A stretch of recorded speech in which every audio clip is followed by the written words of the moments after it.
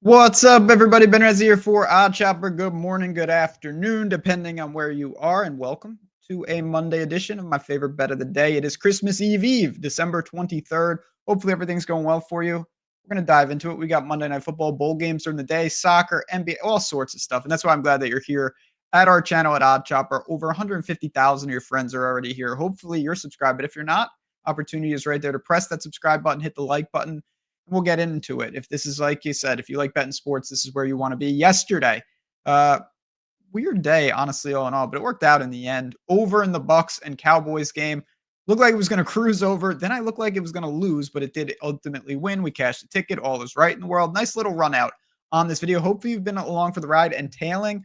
Hopefully, you've been along for the ride in Discord. If you have not, I always like to bring this up because we want to grow the community more and more. My community, like I said, I love what we've built in there. It's not a crazy group where we're doing all this stupid. It's a great group to talk about plays, get picks, how you're using a boost. What do you think about this game? Got some extra money. Would you hedge? All the questions that you might want answered that you maybe have wondered about. Get some advice about it. Yeah, sure. There are picks as well. They all feed right into your device. You're notified. So you want a little more access. You want a little more on the betting card than just one play in the morning that I give on this video. This is where you want. I wanted to make it affordable for every type of sports bettor.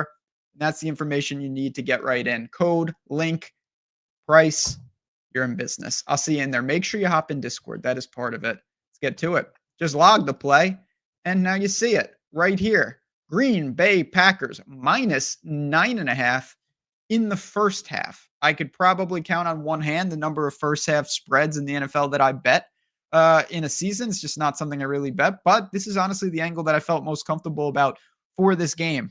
Could you lay 13.5 at minus 120? Yeah, I think that you probably could. Is there something to be said that you could get backdoored and the Packers have some huge games on deck, blah, blah, blah? Absolutely. So, all in all, there's just a lot of ways to structure. For me, I think that, like most people, Green Bay is going to control this game from start to finish. We can break down the personnel, but there's just not a lot to say. Green Bay's at home. They're fighting for things. Josh Jacobs is just on an absolute warpath right now. He's finding the end zone at an insane clip. Loving the passing game, doesn't have to do much. You've got the defense playing good football. You got the Saints outdoors. The Saints are a complete mess. Of course, Kamara's hurt, Carr is hurt, Olave is hurt, Shaheed is hurt. The offense is, Spencer Rattler, who I actually think has been okay, but it's just not enough. And you look at what the Saints have been doing. They've kept it respectable in some of these games. Obviously, almost pulled off a miracle against Washington in the last game, but they've had 4 or 5 in that dome. Now they got to go outdoors. Not that it's going to be bitterly cold, but it's certainly going to be colder than being indoors.